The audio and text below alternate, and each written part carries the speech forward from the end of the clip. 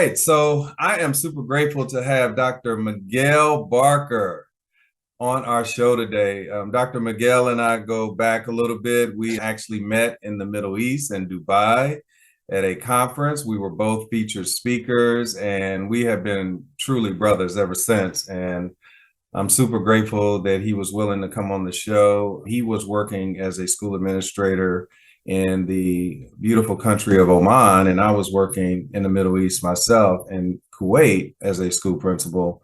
And we just really connected, and I've just seen so many great things from Dr. Megel since that time, and we've kept in touch. He is now a principal in the UK at a boarding school, and we're super happy to have him on the show. And I'm going to be quiet and allow him to share his K-12 journey with us. How you doing, Dr. Megel? I'm good, man. Thanks for having me on the show. I'm looking forward to some great conversations. So 100%. We always have great conversations together. So I'm super happy that you're on the show. I was just sharing a little bit about your K-12 journey and how we met. Can you go back to the beginning and how you got into K-12 education? Well, I mean, the beginning is all the way back to 1994.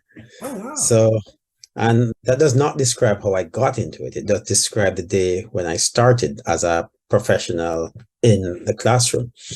But I got into it because one of my teachers said I needed to do something with my life at age 17. So when I left high school, I didn't really have a high quality profile in the sense of doing well in school. So, I wasn't sure what I was going to do. And so while I had a lot of ability, I did not have a lot of attainment to show for it for many reasons. So my teacher said, why not send him to a teacher's college back in Jamaica? And I told my mother that, and my mother said, okay, let's send him to teacher's college. And at the time, there was a shortage of males to be in teaching profession. So the entry requirements then were quite lenient, so to speak, at least to allow us in and then get our qualifications up and then join the teaching program. And so I got into that program, and in 1994, I graduated as a teacher and been in the profession since, and that has taken me across teaching in Jamaica for a while, up to about 2002. And then I went to the UK, did 10 years in the state comprehensive system, and then to Oman. And that's where our paths crossed one day in Dubai. And we have been great friends since. And our journey has been, in many ways, learning from each other. So that's my K-12 journey in terms of Doc, I did not realize we've known each other for a while. We actually started the exact same year, 1994, 28 years ago. Hard to believe, brother. It goes quick. It goes quick. Yeah. It goes quick. Yeah, that's really cool. I've always believed that K-12 education, at least for me, was a calling. Yes, it's a job, and yes, it's, helps me take care of my family and my responsibilities. But how do you look at K-12 education? Well, I think the people who work in that space have to have a calling, because the job requirement doesn't match what the job function is, in terms of, you say you're a teacher, but the role itself requires a lot more involvement than just going in front of a class and teaching. And even if the focus is on teaching, the preparation and the reflection that is required, it's a lot more time than just walking into work and leaving work. So anyone who is in that role knows that the job doesn't start at 8 o'clock and finish at 4 o'clock. It's a job that is involved, fully involved. So in that sense, I think K-12 is really a calling, and it's really a real opportunity in anyone's life to be able to say without any fear of a contradiction that they have impacted many people's lives. Because in any one classroom setting, there are a lot of young, impressionable minds that are waiting for the opportunity to be molded into the right kind of people. And that's what happens when you say K-12, but there are certain points in that. For example, I'd say certainly in middle school, where I'm more focused now, where that impact has a real kind of pivotal role in students' lives. And so anyone who is in that kind of position can determine futures, really how students see the future. So across the spectrum, it's a real, more than a vocation, it's really a commitment to service.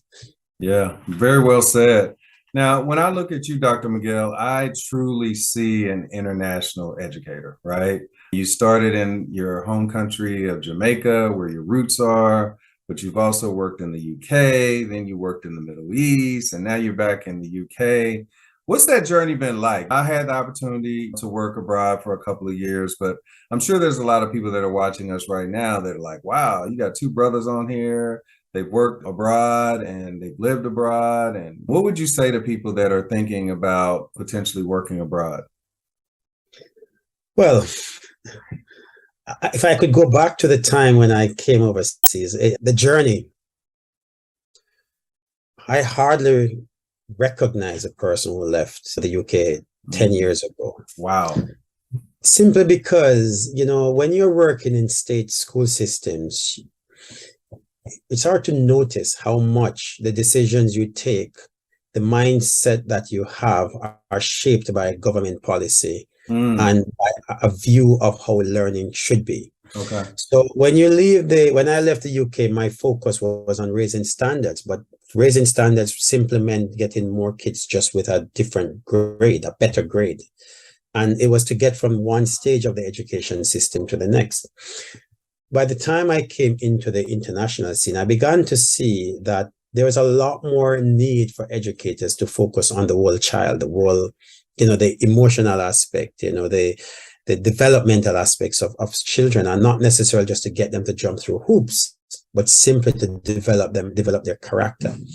And that was not a feature of the state system. So when you start to work overseas, because the people that you're working with and the students you're working with quite likely are, in many cases, the parents are, well-to-do parents, Sure. the expectation from an education is not only for them to be able to pass an exam, because Sure. they could get that in their own systems. What they're looking for when they say they want an international education, they're looking for something far more democratized, and a different kind of education system. And so for me as an educator, when I got into international education, it really opened my mind about what was possible in education. And the things that, in some ways, the things that I thought about doing as an educator in the normal school system, which was maybe pushing against what was dogma.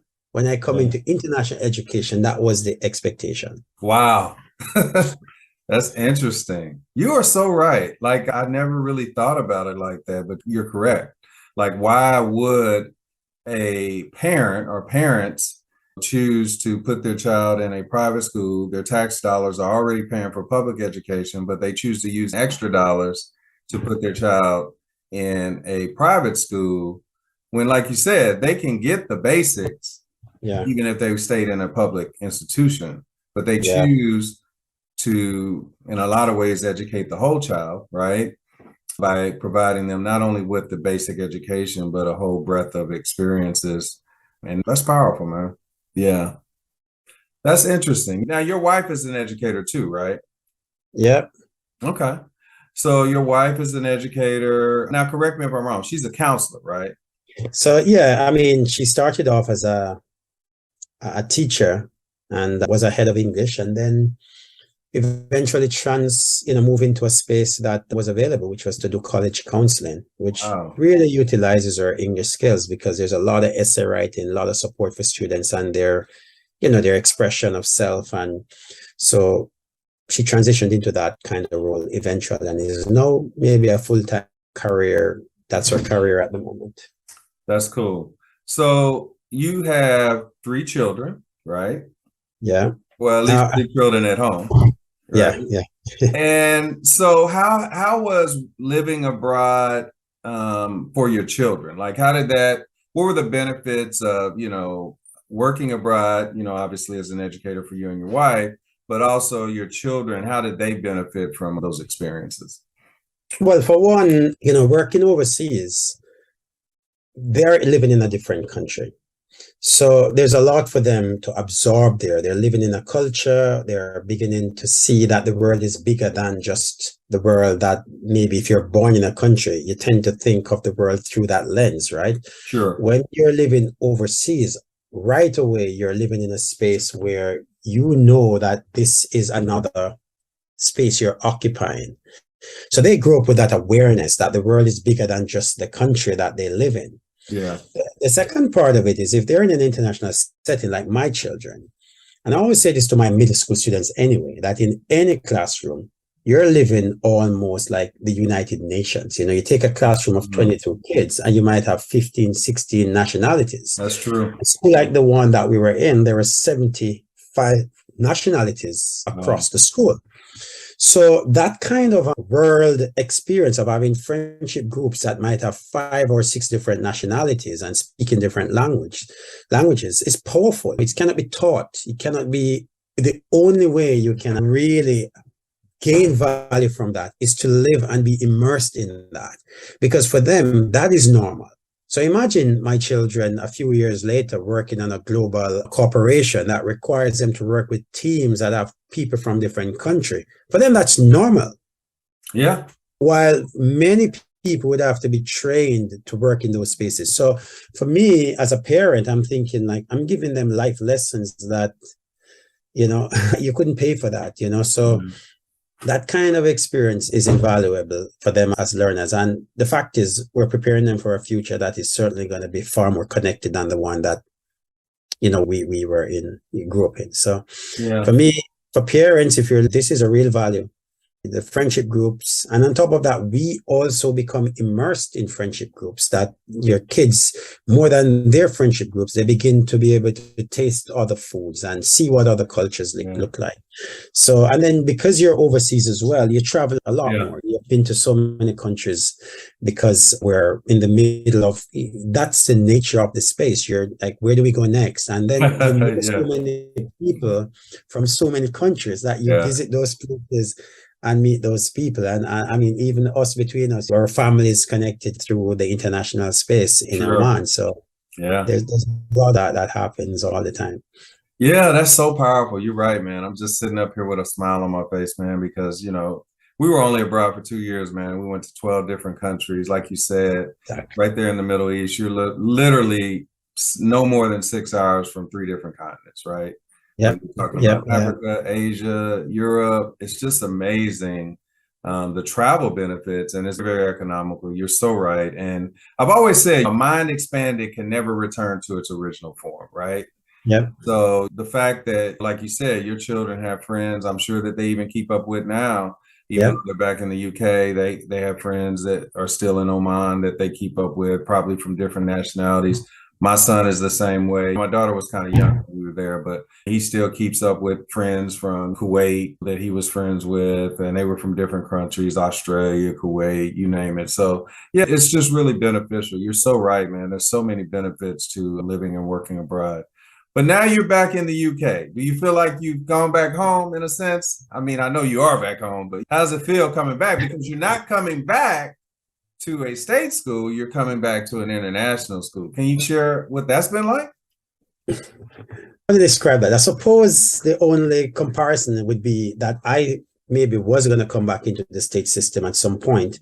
So not being able to come to that allows me to have that kind of reflection about the difference between the two. But the reality of it, because my school now is an international school as well, when I come into this school, the environment feels the same.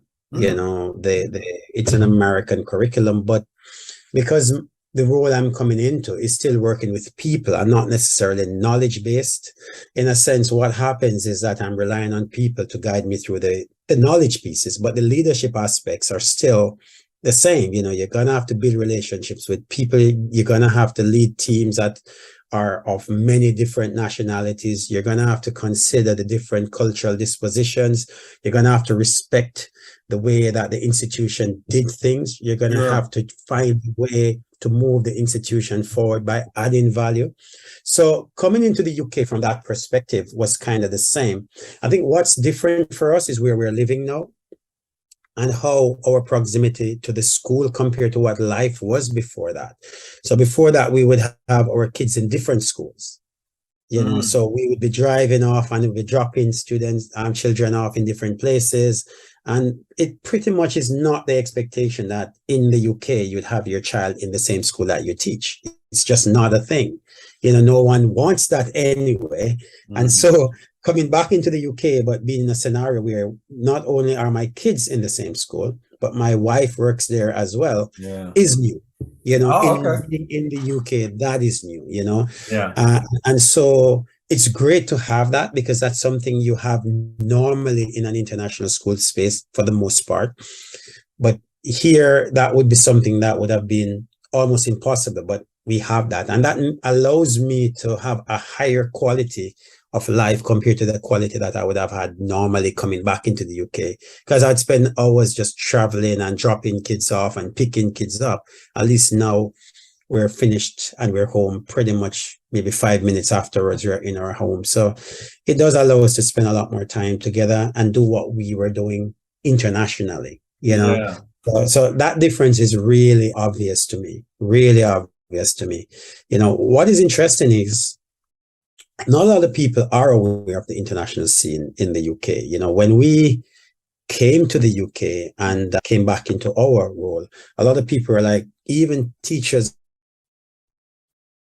that were in my team who were of UK origin were like, really? They didn't even think of it like in that way. So in some ways we're setting trends for people who are actually UK origin, and we're coming back and they're like, really, I didn't know that you could come back into an international school like that in the UK. So yeah, that's the biggest difference for me in terms of a comparison to the life in terms of our lifestyle. Because when you're coming from the international school system, you're kind of used to a lifestyle. Sure. And if you lose that, it does make a big difference, So when we came back and could secure that lifestyle, we kind of felt, I think that's our biggest win, being able to secure the lifestyle of having more time with family than before. That's good. Do you see yourself still traveling a lot? Well, we did a lot of traveling when we were overseas, a lot. Yeah, I still would like to travel.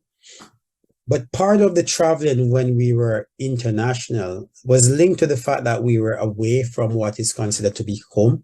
And so you would want to do something, kind of justify the fact that you're living away from home. Now that we're home, it's like traveling now feels more like going on a holiday. And then you kind of think, do you really want to go on a holiday all the time? Because this is home. So we're trying to kind of spend more time traveling in the UK, visiting, some of the ancient sites and getting our kids as well acculturated, in some ways, into the UK. So the travel bug isn't there yet, but we're still 2 or 3 months in. So. Yeah, you still have time for sure. Yeah. So what grade are your children in? So one is in grade 6, grade 8, and another one in early years 2. So it's like a K2, K3 kind of vibe there. Yeah. That's cool. That's really cool. But they're loving it. They're loving coming back. It's colder, obviously, but they'll get used to it. Yeah, they'll get used to it. We wrap them warmly. Yeah. Yeah. I had the opportunity for the first time to visit the UK, and it was interesting. It's just, I've always had this saying, nothing really changes but the faces and the places, Yeah. And it was really cool though. I was, when you think about America, there's so many traditions and customs and things that we do here that obviously originated in England. So it was really cool to have that opportunity to visit for a few days. And I definitely want to come back and visit you guys, and would love to come and visit your school. Oh, you should. You should. That would be an amazing opportunity. I think one of the things we need to think about is maybe some connections between the schools as well. Oh yeah, that would be cool. That would be cool if we could find a way to connect students in different parts of the world, Yeah. Talking about some issues and seeing how different students, like in the US, how are they viewing a similar incident? And maybe that's one way we can measure the impact of the environments on the opinions that students hold, I love that. Because we say that the international students think a different way, but do they? Do they really? You don't know. You're right. That's a very good point. No, I would love that. Yeah, we need to make that happen. That'd be cool. So we need to look at that, Yeah. We need to do that at some point. So tell me more about your school that you're at right now. It's a boarding school, and I've never worked as a boarding school teacher or administrator, and I'm sure a lot of our people that are watching us right now have not either. What's it like? Like, what would be some of the similarities? Well, for one, it's a beautiful school. Yeah. It's really a beautiful environment. The school is set almost on an estate in that sense. Massive, lots of grounds. We have ponds, we have lots of fields. There's a lot of greenery around. The buildings, for the most part, are 15th century, 16th century, lots Wow. of old buildings are here.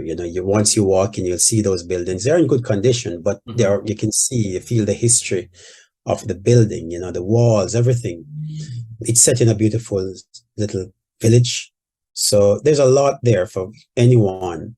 But in terms of, so because it's a boarding school, what happens is that boarding begins at grade 8. So like for me in a middle school environment, some of my grade 8s actually board. We do have a day school program as well. Oh, okay. Beyond that, a lot of students come in the day and leave in the day, but they live locally.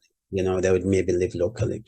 It's a typical expatriate kind of environment where families are here because they work in either in oil or in big companies, ranging from anything, banking all the way through. So so our population is transient in that sense. Families will leave because contracts are up or they need to be transferred to another part of the world. Okay. But in terms of school culture, beautiful. It's a caring environment. The culture is great fun. The kids love each other. It's really a nice place to be, and we have found that so welcoming when we came in. It's, England is a cold place, but TASIS is warm, really warm. Wow. So yeah, what would, do you see yourself staying in that type of space, or do you see yourself at any point going back to like a? All right. I mean, it's 2 months in. Well, that's a good point. Yeah, it's 2 months on. I think at the moment, the way that I'm looking at it is that this is a great space. I feel I can add value to what I'm doing here. Things I really want to do is look at, how we can, in some ways, bring in more inquiry-driven approaches to education and, make it more authentic, make it a little bit more real life, allowing students to feel like learning is not just about covering the curriculum, but discovering it. So I still have a job to do in that sense. In terms of me as a person, I mean, at the moment, this is what I do, but what I'm trying to do is ensuring that I don't do only one thing at a time. So just recently, about 2 weeks ago, we just published a piece of research.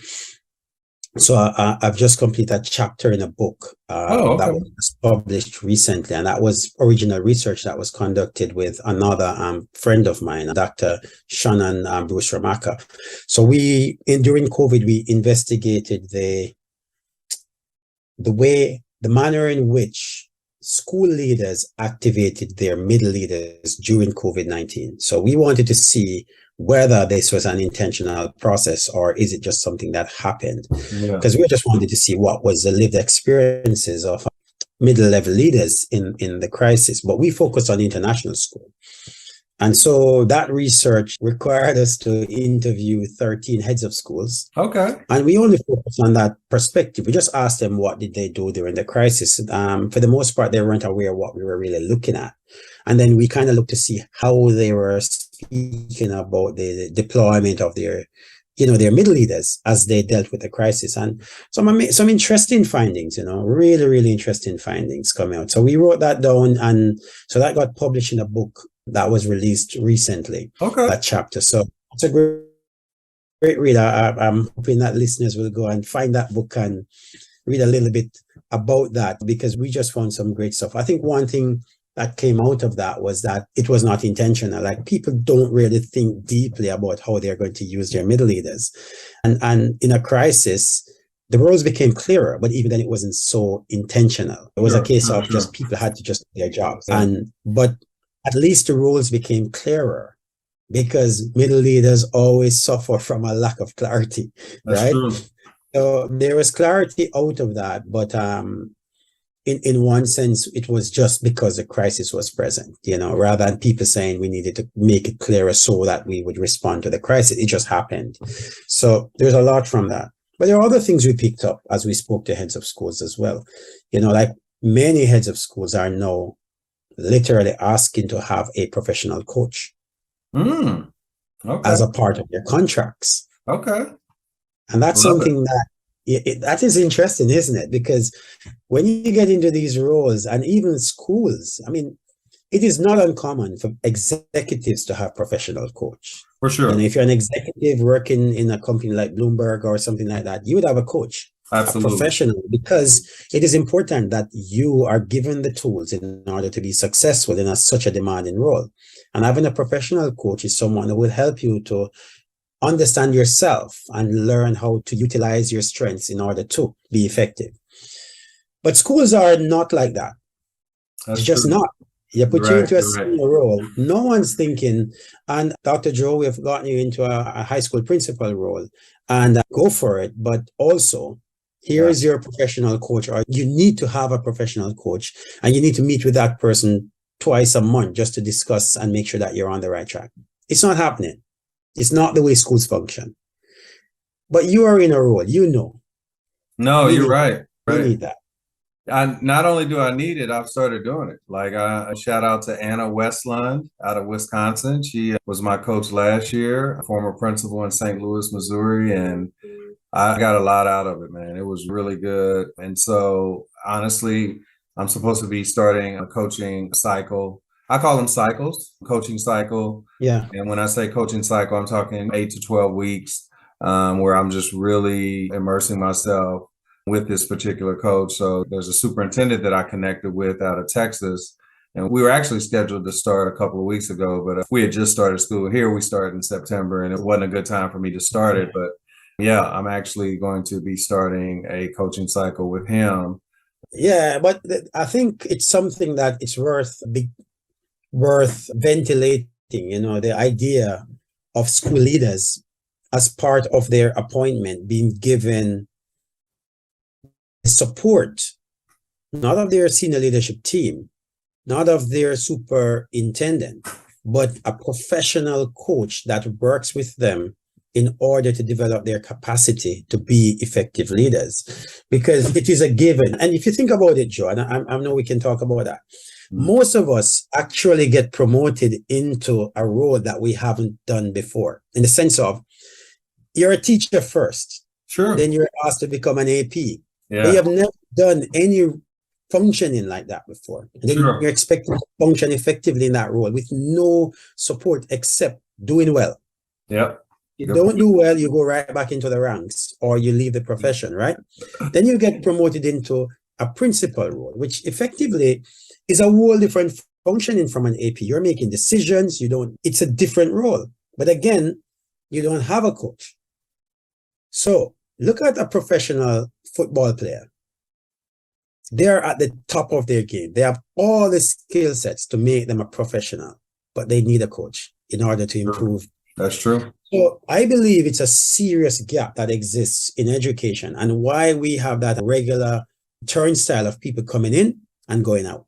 We do not have a strategy in education that says, I appoint you into this role and you're also going to have, you can pick from this group, but you're going to have a professional executive coach that will work with you just to help you through the lonely times and the big decisions. Okay. Every day. And that's something that maybe we can take from this, but no, I it's like something that. I feel strongly about, you know, and it came through. Some people are doing it on their own. And some people, as you know, will find a friend that they will work with.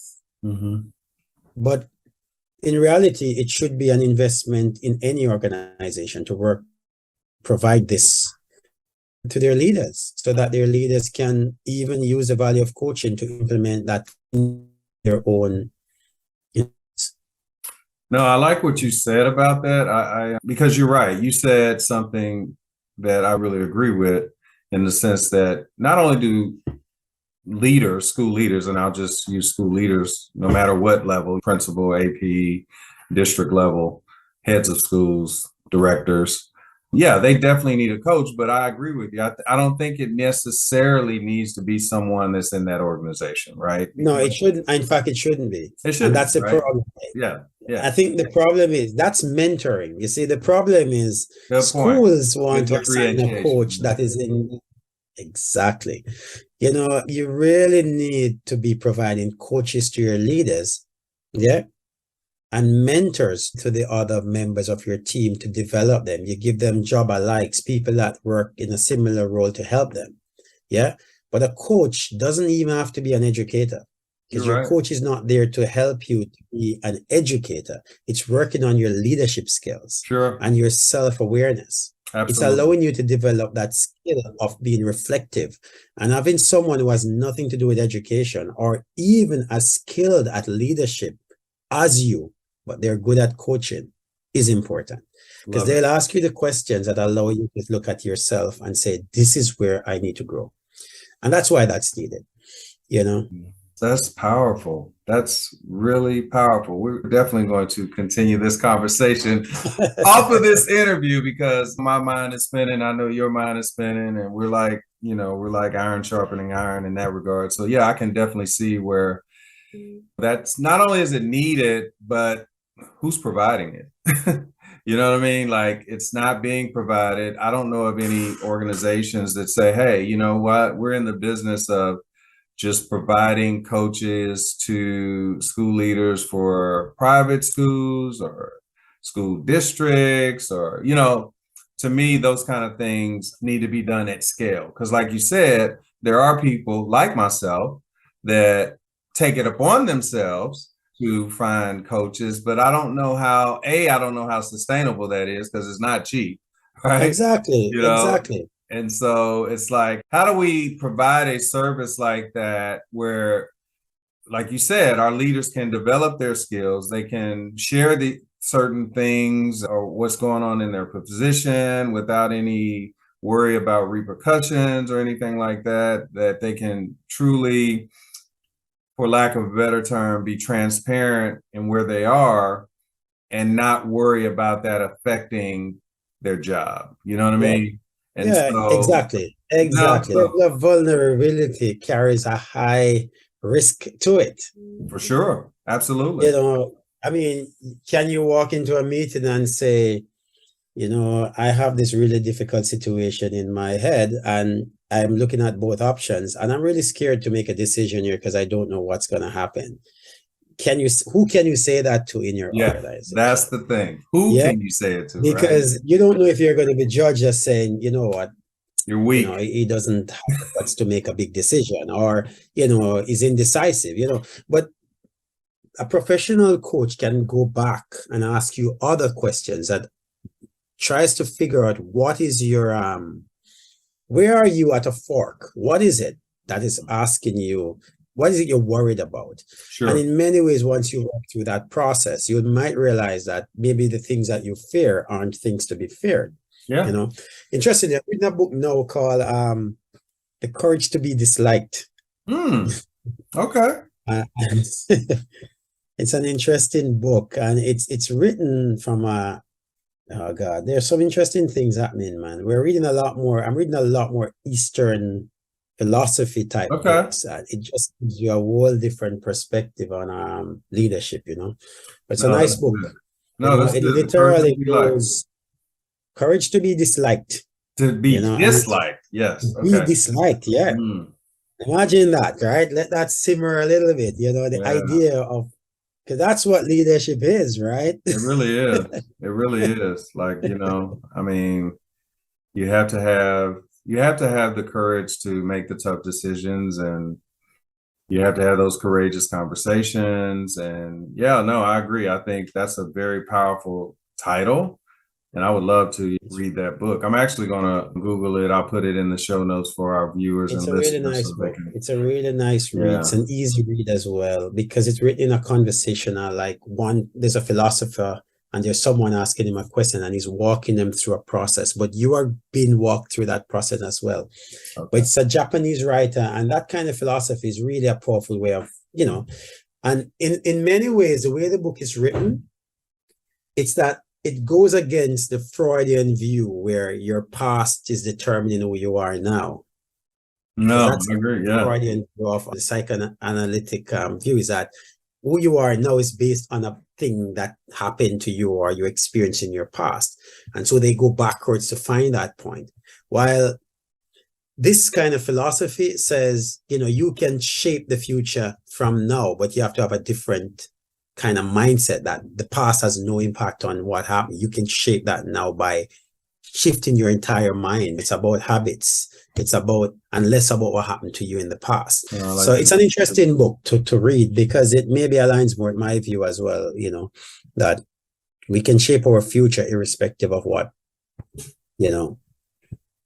That's really, really good. Thank you for sharing that. I'm definitely going to read that book because, again, I'm always trying to expand my mind, because at the end of the day, I'm a lifelong learner, and I feel like I have a lot that I can continue to learn in this profession. But also I feel like I have a lot to learn about me, because a lot of times I think we can be our own worst enemy as it relates to moving forward and breaking through barriers. And like you said, changing that mindset as it relates to how we think, and not bringing in what I call the shackles of the past, you know what I mean, that truly hinder our future a lot of times. So it's powerful, man.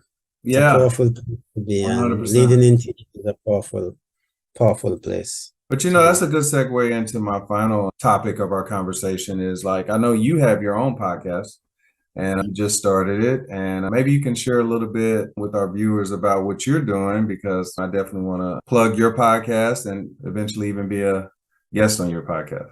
No, I'd love to have you on. Yeah. So my podcast is maybe, so the thing is, I have always wanted to write a book. So this is the truth, right? Mm-hmm. And I have maybe about 10 different ideas that I'm working on my laptop that, I have different versions of it. And I'm still struggling to bring that together into a book. So I've watched a few podcasts, I've talked to a few people, I've seen people finish their book.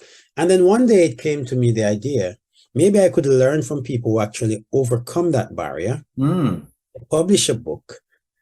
And so my podcast really is an investigation into how people get to the point of writing their book, so that I can develop the courage to complete my book. Love it. Love it. No, it's called Your Book, Your Story. I've just did it on like Spotify and so on. I'm still just doing episodes of those and sharing those with friends to get a feel of how the flow is and the quality of the audio and so on.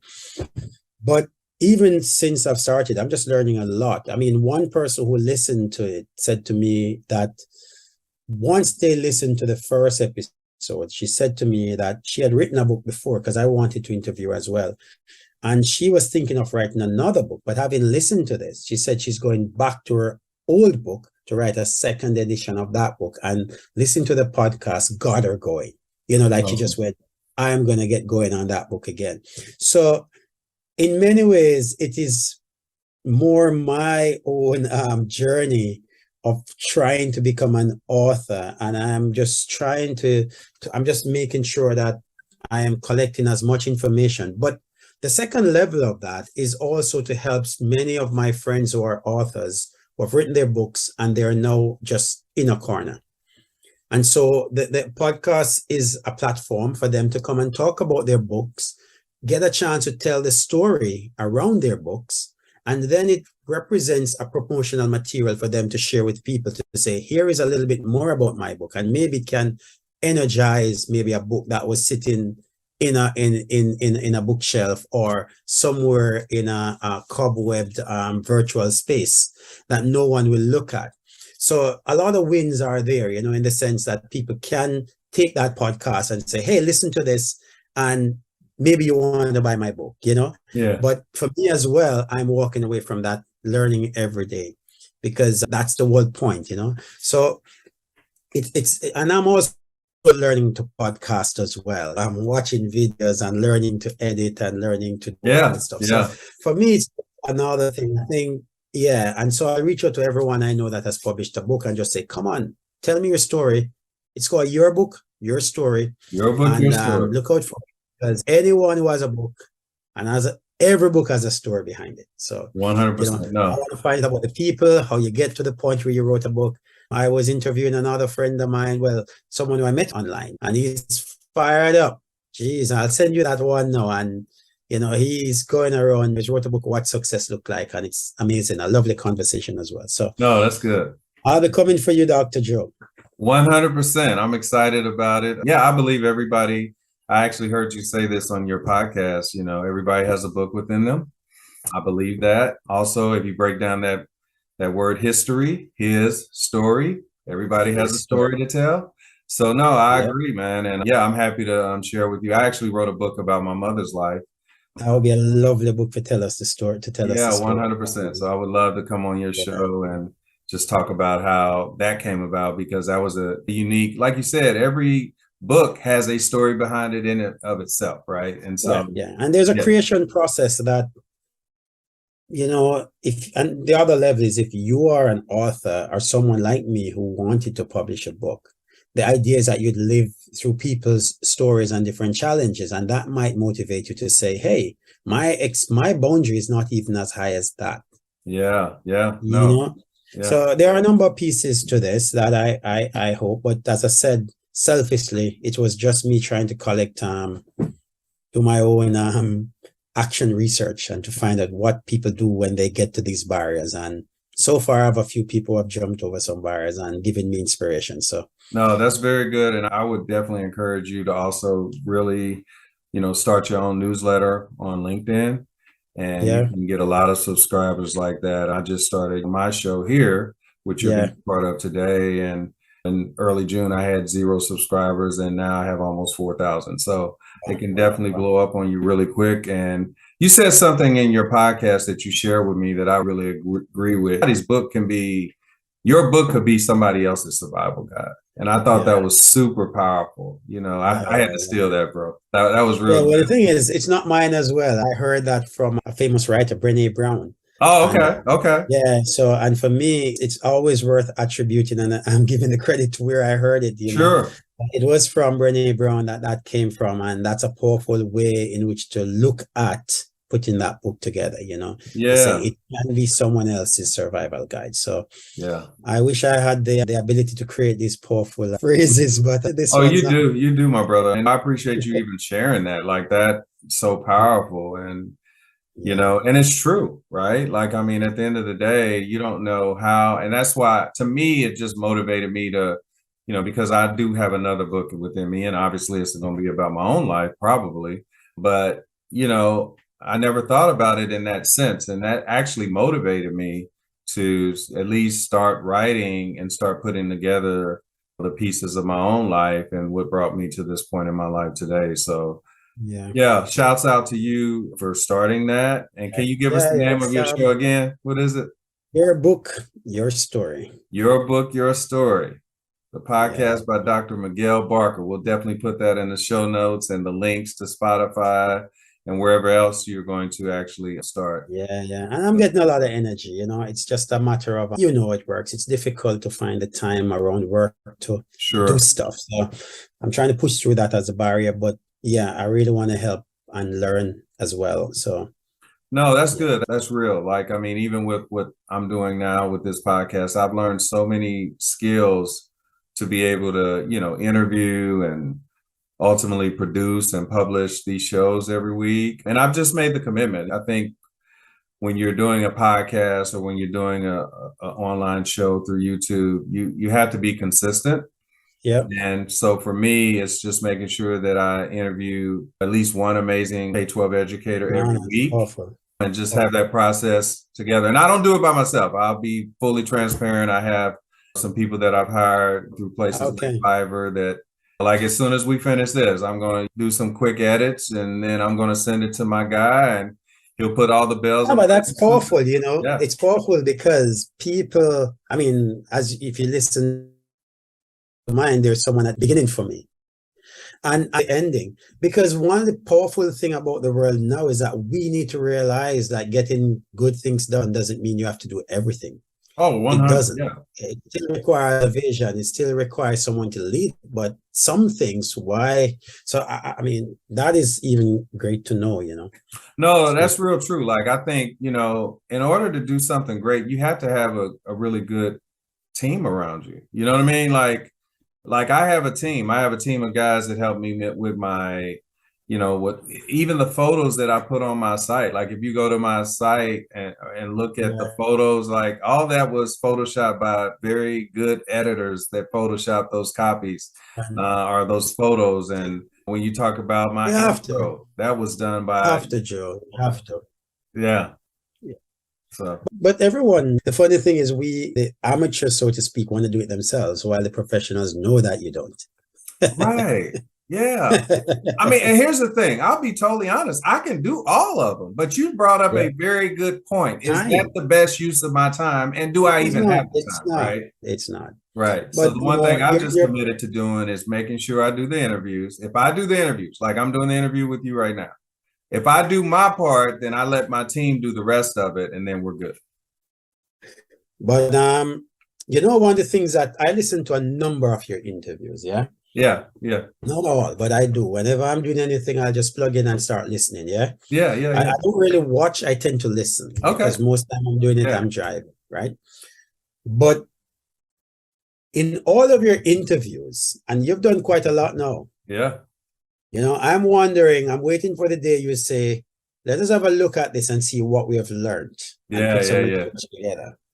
That's a good point. That's real good. I never thought about that. And They're I'm all also, interviews. They're all huh? interviews, and they're all lived experiences of educators. And I'd say 9 times out of 10, they're mainly people of color as well, who are Sure. making a name in the field of education. Who's going to tell their story as a group? Wow. That's powerful. Good point, man. Because the story is nice to listen one by one, Yeah. but the synthesis of that story can make a big difference when you see the challenges that they're facing and how they're dealing with it. There's a story there. There may be a multiple stories, Right. but I think it's time now that you have, you know, that thread going through them. It's time to take that thread and embroider it into something powerful.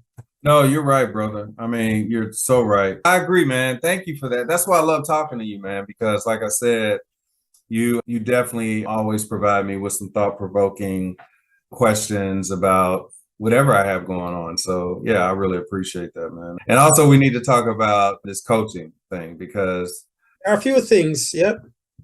yeah, there's a lot that I want to do and collaborate with you on. So yeah, like I said, man, I'm just grateful that you came on the show today. I know that a lot of people are going to get a lot of value out of what you've shared. And I just want to thank you again, man, for being my friend, my brother.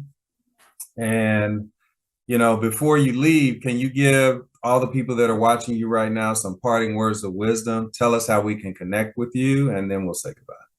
All right. So thanks for giving me the chance to be on the show. Obviously, we're good friends, but you know, I'm watching your show and I think there's some real icons, you know, that you're bringing onto your show. And anyone who watches those shows and don't leave fully inspired to go out and just do something great, you know, they need to be checked. It's really some powerful educators and some really dynamic and deep conversations about what people are doing out there in the trenches to make students find success, you know. Sure. And you know, it's powerful. At the beginning, you asked me a lot about education and, you know, philosophy and so on. I'm going to share a small story. Okay. That has really had an impact on me, you know. And you may find this online in some different places. It's not my story, but I'd like to share it to give you a philosophy about how we're trying to look at education as educators. So the story goes, there's an old man sitting on a park bench. Sitting at the park, he's quite elderly. And while he's sitting there, a young man came up to him and greeted him and said, "Hi, Mr. So-and-so." Yeah. Mm-hmm. Call him by name, like Mr. Brown. And Mr. Brown said to him, "I don't know who you are. Mm-hmm. You know, tell me who you are." And the boy said, "When I was much younger and had a number of flaws in me, I remember one day when I was in your class, you were my teacher. Wow. That's how I remember you." And Mr. Brown is like, "Well, I don't know, don't remember you." And he said, "I remember you because one day I stole someone's watch. And we were in the classroom. I saw the watch and I took it. And you asked everyone to the boy complained that he can't find his watch. And you asked the class, do you have the watch, right? Mm-hmm. And no one answered because I was ashamed. I knew I had the watch. I knew I was going to be, ostracized, and I really thought I would take it. I thought, why should he have it when I can't have one? Mm-hmm. So I didn't say anything. And I remember you saying to us, to all close our eyes and you're going to search us, right? Mm. So we all close our eyes. And I remember when you came and you put your hand in my pocket, you took the watch out, but you continued to search. Mm. Wow. Right? And I said, at the end, you gave the boys watch, but you didn't tell them where you got it. Mm. And the man is now explaining to the teacher to say, I want to thank you very much for doing that, because that made me change my ways and I decided to be a good person. And in fact, it made me become a teacher, and I'm now a professor at a university. The old man looked at him and said, I still don't know who took that watch. And the boy said, what? The man said, what do you mean? He said, when I was searching, I closed my eyes also. Wow. Wow, wow, wow. And he said, I did that. And he said, if you have to humiliate someone to correct them, then you're not a teacher. Wow. That's so powerful, brother. So that story is something from time to time. It reminds me, sometimes students come to you and it's really tough. And there are many teachers who feel they have to humiliate in order to correct. But if you have to do that, then you're not a teacher. And I want to share that. If people want to connect with me. That's good, brother. I'm on Twitter at Mathter, MATHTHER, MATHTER, because I'm a math teacher at heart. Still teaches math whenever I get the chance. LinkedIn, I'm available. You'll see me. And as I mentioned before, I'm doing my podcast